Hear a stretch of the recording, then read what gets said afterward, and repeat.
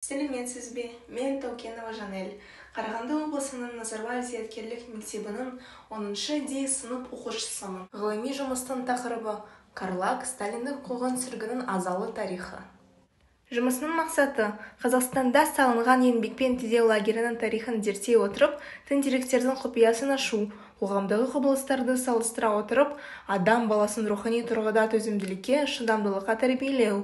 Тың мәліметтерді ала отырып, сайт құрастырып, Қарағанды концлагерінің құпиясын ала отырып, сіз білмеген деректерді ала аласыз.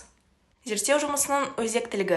Зерттеу нысанысы ретінде алынып отырған тақырып қазақ жерінде 20 ғасырда қалыптасқан жағдайларға байланысты сол кезеңдегі саяси қуғын-сүргін құрбандарының өмір жолдарын болашақ ұрпаққа таныстыра отырып құжаттарды енгізу үшін сайт құрастыру. Үлкен террордың құрбандары болған қаламгерлердің есімдерін жас ұрпақ ұмытпауы тиіс. Репрессия құрбандары жайлы архив құжаттарының 65% әлі ашылған жоқ. Тек шет жағасын айтумен ғана шектеліп келе жатырмыз. Бейімбет Майлин, Тұрар Рысқұлов, Сұлтанбек Қожанов, Санжар Асфендияровтың көп дүниелері әлі жарыққа шықпай жатыр. Зерттеу барысында Қарағандының Долинка жеріне аяқ басқан болатынбыз. Мәліметтер жинап, мұражай қызметкерлерінен сұхбат алып және елді мекенде тұратын адамдармен сөйлесіп, сол жерде туылған Долинкамен тығыз байланысты өмірімен бөлісті. Лагерь мемлекеттен бөлек, дербес және автономды өмір сүрді.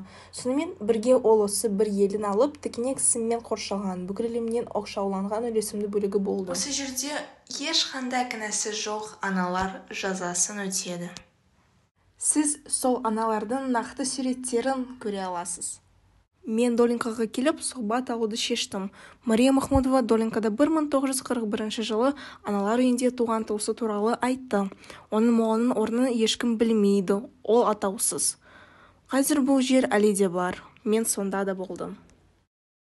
Зерттеу барысында мен Карлаг мұражайын өз көзімен көрдім. Мен адамдар өздерінің туыстарын мен ата-бабалары туралы ақпараттарын тікелей компьютерден таба алатын алғашқы веб-сайты құрдым. Карлаг мұрағатынан алынған деректері онлайн платформада өте ыңғайлы. Мысалы, менің атам Карлагта дүниеге келген, бірақ ол өзі туралы ақпарат алу үшін Долинкаға мұражайға бара алмайды. Менің сайтым мыңдаған адамдар үшін деректерді іздеу процесін жеңілдетеді. Сайттың өзі бірнеше бөлімге бөлінген. Басты бет, құжаттар, мұрағат және іздеу. Сайт негізгі функцияны орындайды. Мұрағаттан ақпаратты іздеу. Мен архивтерді ашқан кезде әрқашан маған қарап тұрған жазбаларды көремін. Мұрағатқа негізінен біздің ғалымдар жүгінеді. Барлық фамилиялар маған таныс. Жұмыс ережелері өте қиын. Мысалы, күніне тек 3-4 құжат алуға болады. Мемлекеттік және ведомстволық мұрағаттарының көптеген қорларына қол жеткізу мүмкін емес. Сайт осылай жұмыс істейді. Алдымен дизайн мен басты бет ашылады. Келесі қойынды бұл құжат. Бұл бетте құжаттар, ресми деректер ұсынылады. Бұдан әрі мұрағат. Мұрағатқа көшіп, онда реті қатарда Карлагта болған адамдардың тегі мен деректері ұсынылған. Телефон нөмірі мен поштасы бар соңғы контактілі қойындысы.